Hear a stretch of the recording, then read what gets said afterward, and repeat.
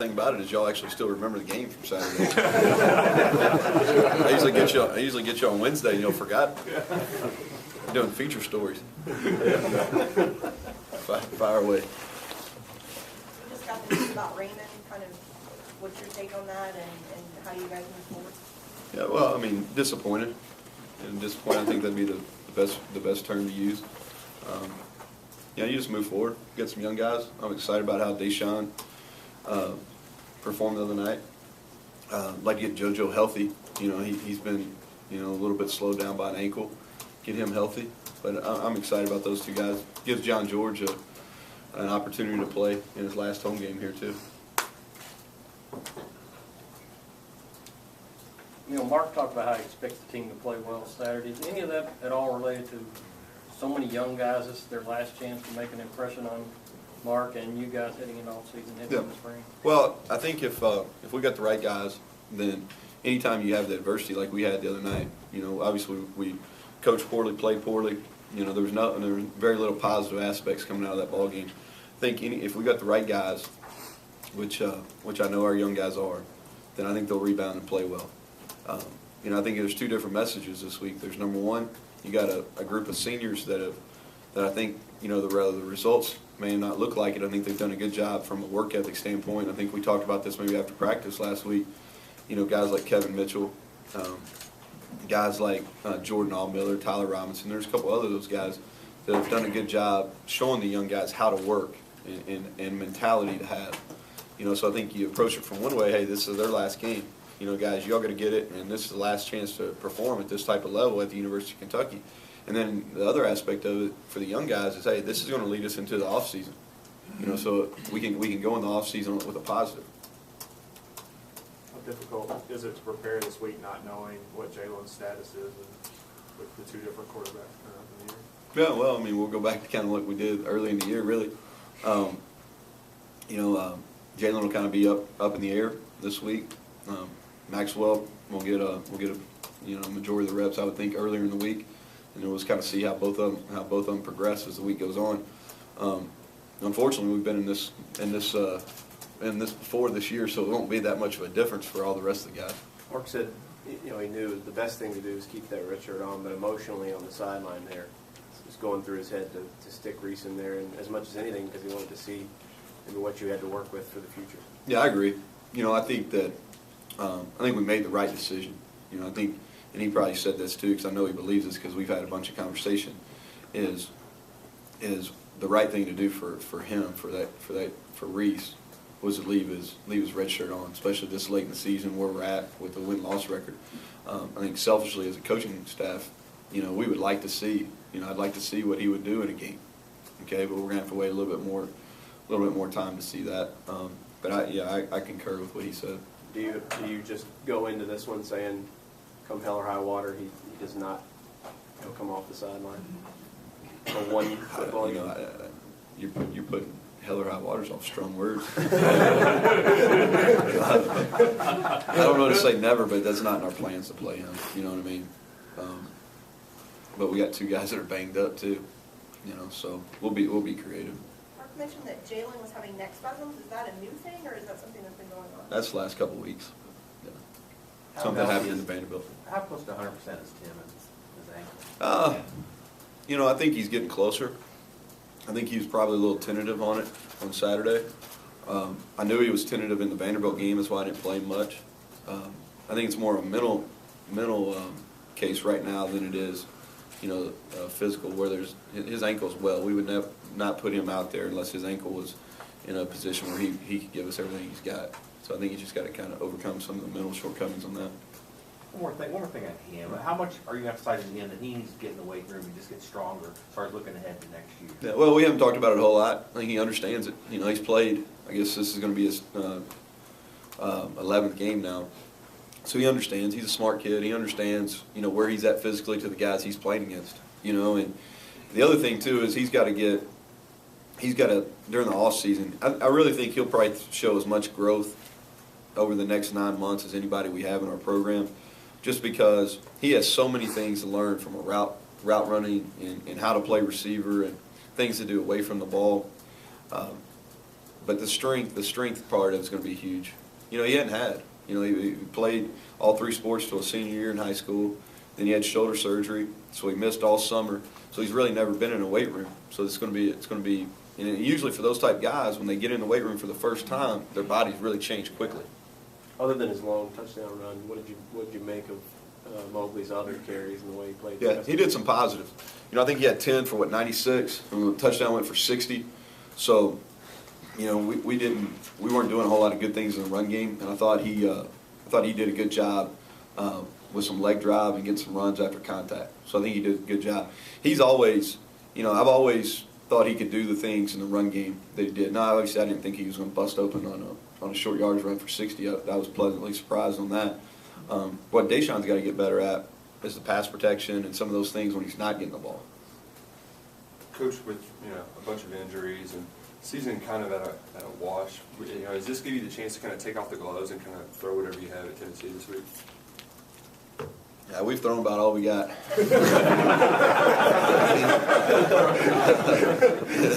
11 games in. So, no, it's I don't know. It's a rivalry game. I don't really look at it as being a wash. Here's the way I look at this is it's an opportunity for us to go into the off season with positivity.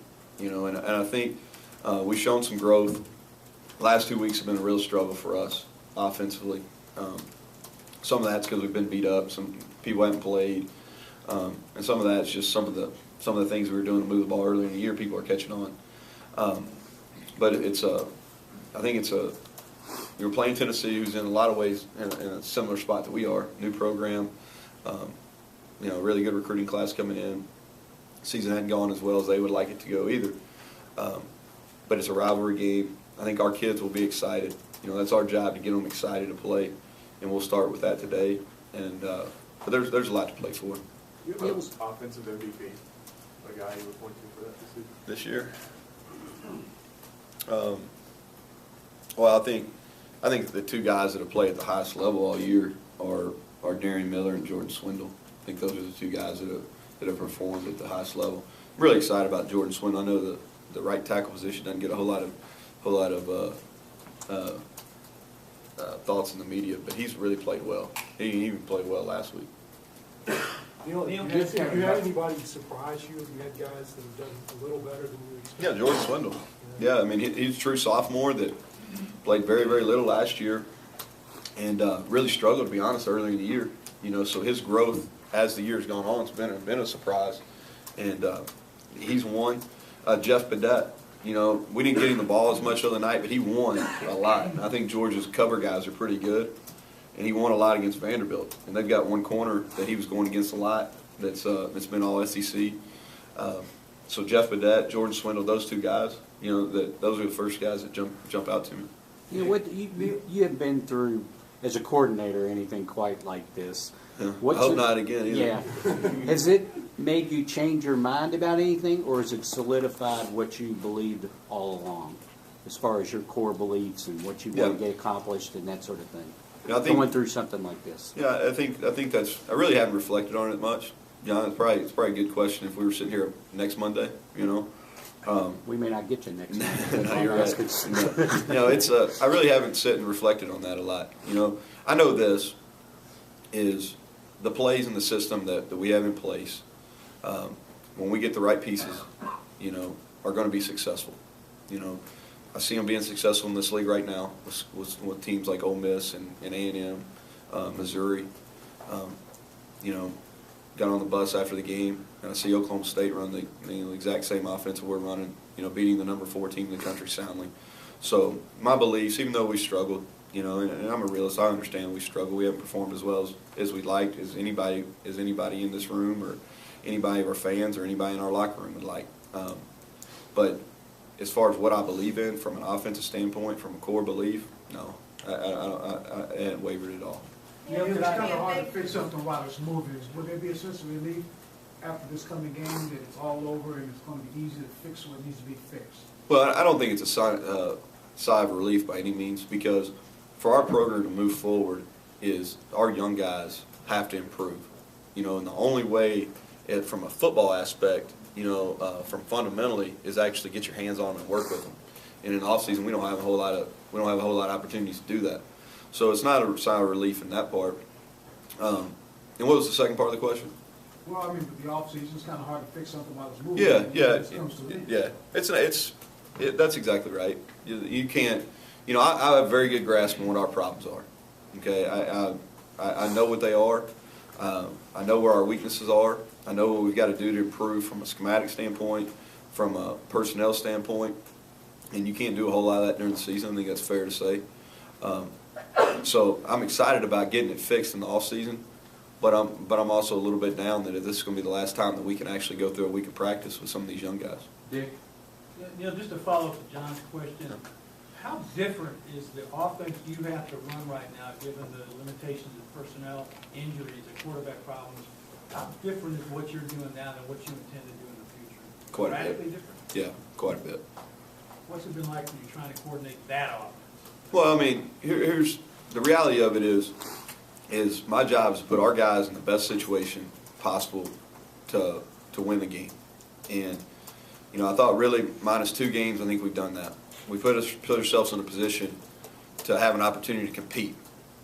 I don't think we've won games on offense. You know what I mean? I really don't think, I'm a realist. I don't think we've gone out and won games.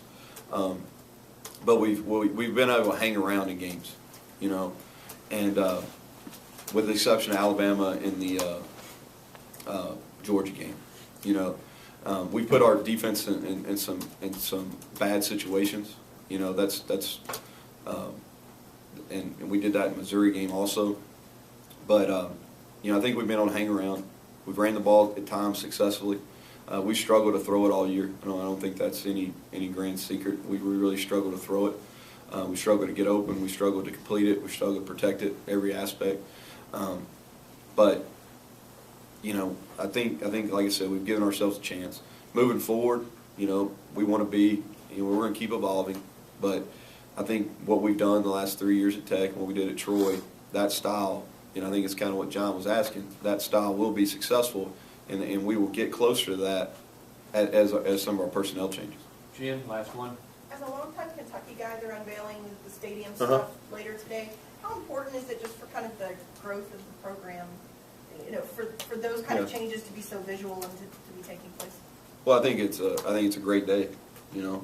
I think it's a great day. I think it's a great day for the Commonwealth. I think it's something that's needed for sure. Very glad that the legislature and Mitch working behind the scenes, Dr. Capilouto got it done. I think it's going to provide another burst of energy in our program. If we can it'd be huge. Have the unveiling today, and then go win Saturday night. Would be huge going into what's going to be a pivotal next 2 months in recruiting. Okay, thank you very much.